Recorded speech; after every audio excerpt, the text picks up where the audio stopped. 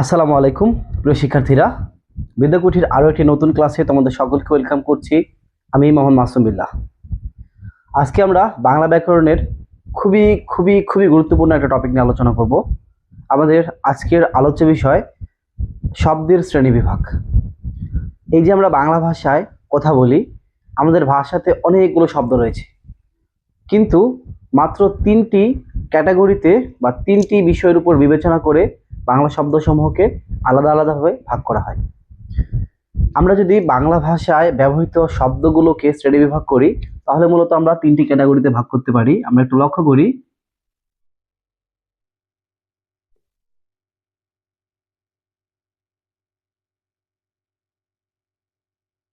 বাংলা ভাষায় ব্যবহৃত শব্দসমূহকে তিনটি বিষয়ের উপর ভিত্তি করে ভাগ করা হয়। একটি হচ্ছে উৎস বিবেচনায়, দ্বিতীয়টি হচ্ছে গঠন বিবেচনায় এবং তৃতীয়টি হচ্ছে পদ বিবেচনায়। আমরা যদি লক্ষ্য করি, উৎস বিবেচনায় বাংলা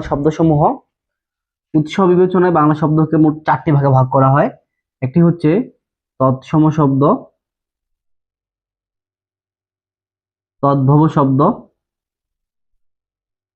এবং দেশি শব্দ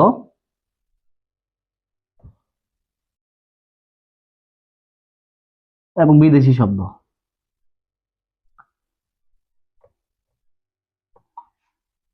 গঠন বিবেচনায় যদি আমরা ভাগ করি, তাহলে বাংলা শব্দসমূহকে মোট দুই ভাগে ভাগ করা হয়। একটি হচ্ছে মৌলিক শব্দ এবং সাধিত শব্দ। আর পদ বিবেচনায় বাংলা শব্দকে কয়েকটি ভাগে ভাগ করা হয়।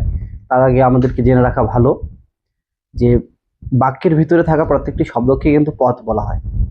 মানে আমরা সাধারণত যে শব্দগুলো ব্যবহার করি, অন্যভাবে আমরা এগুলোকে শব্দ বলতে পারলেও যখন সেই শব্দগুলো বাক্যের ভিতরে থাকবে, তখন সেগুলোকে আমরা শব্দ বলবো না, তখন বলবো পদ। অর্থাৎ বাক্যের ভিতরে ব্যবহৃত প্রত্যেকটি শব্দকে আমরা বলবো পদ। এবং এই পদ হচ্ছে মূলত আটটি: বিশেষ্য, বিশেষণ, সর্বনাম, ক্রিয়া, ক্রিয়া বিশেষণ,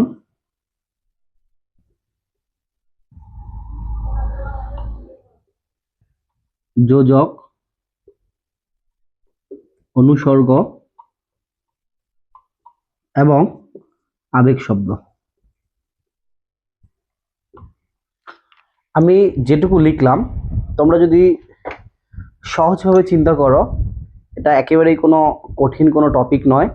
বাংলা ভাষায় ব্যবহৃত যে শব্দসমূহ, সেই শব্দসমূহকে মূলত তিনটি বিষয়ের উপর বিবেচনা করে শ্রেণীবিভাগ করা হয়েছে। তার মধ্যে উৎস বিবেচনায়, গঠন বিবেচনায় এবং পদ বিবেচনায়। উৎস বিবেচনায় বাংলা শব্দসমূহ চার ভাগে ভাগ করা হয়েছে: তৎসম শব্দ, অর্ধতৎসম শব্দ, দেশি শব্দ এবং বিদেশি শব্দ। এবং আমরা যদি দেখি, গঠন বিবেচনায় শব্দসমূহকে দুই ভাগে ভাগ করা হয়েছে: মৌলিক শব্দ এবং সাধিত শব্দ। মৌলিক শব্দ এবং সাধিত শব্দের পাঠে আমরা লক্ষ্য করব যে শব্দসমূহকে ভাঙলে যে শব্দসমূহকে ভাঙলে আর আলাদা আলাদা দুটি অর্থপূর্ণ শব্দ পাওয়া যায় না, সেগুলোকে বলা হয় মৌলিক শব্দ।